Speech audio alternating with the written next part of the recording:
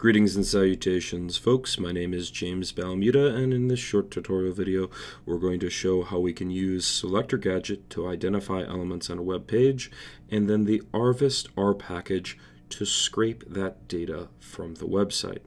In the previous video, we showed how to install Selector Gadget, so if you haven't done that yet, please refer to the previous video. Having said that, let's jump right on in and start web scraping Google News. When we get to Google News, notice that it contains the news articles of the day. One of the things that we might want to do is we might want to scrape out what the titles of each story are. To do so, we'd go up to the Selector Gadget on our bookmark bar, click it. Notice that once we've clicked it, we now can detect what elements of the page exist.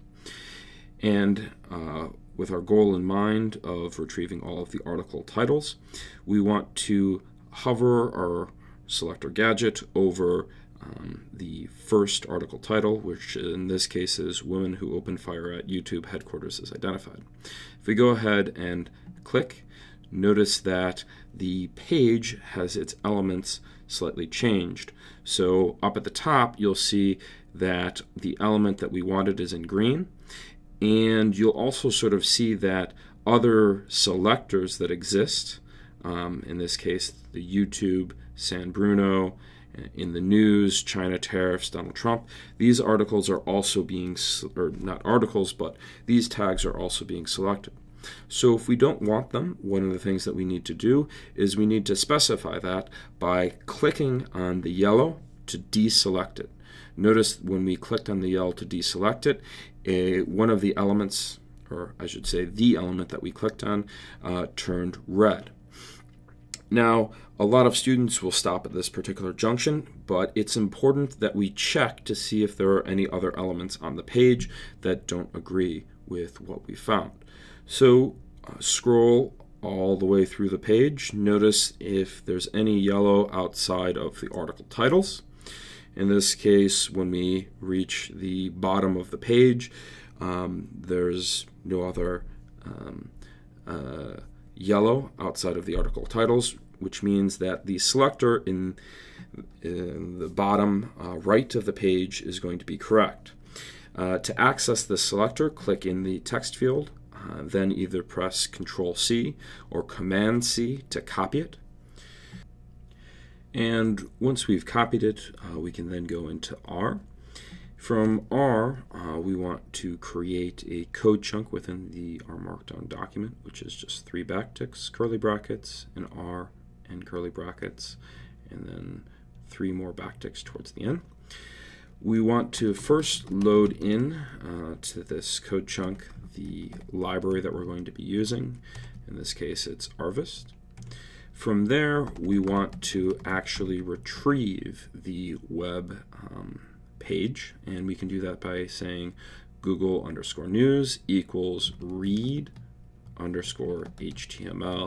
parentheses quotations https://news.google.com. And if we go ahead and run that, we've now effectively captured the page. If we type out news _Google or Google_news, we can actually see the document that was retrieved. So here we have an XML document. It has head, body, so on and so forth. When actually doing this retrieval of the HTML, it's highly advisable to set a cache. So here we want to say cache equals true. The cache will allow us to save a copy of this download of the web page to our local computer. This prevents us from excessively calling a website every time that we knit our document. From there, we're going to set up a new code chunk, and we'll continue our analysis. So we want to first isolate out the elements that we found on the page, and to do that, we're going to type Google_news % greater than %, which is the pipe operator. then we're going to say HTML underscore nodes, parentheses, quotations, and we'll paste the value that the selector gadget gave us. Now, if we go ahead and run both of these lines, what we can see is we've definitely retrieved links that have the same selector value, in this case HZDQ5D. But we can't really tell whether or not we have the actual titles. Generally, titles are going to be considered content within an HTML tag, so we're going to have to pipe the results from subsetting the nods to the HTML underscore text function. This function will retrieve all of the content that's between the two HTML tags. And when we go ahead and run that, notice that we now have all of the article titles that were currently on Google News. As a result, we've managed to successfully scrape the Google News web page. If I go ahead and quickly knit our Markdown document, you'll see that we now have Google News titles, the article titles, within our output file. That's on the far right.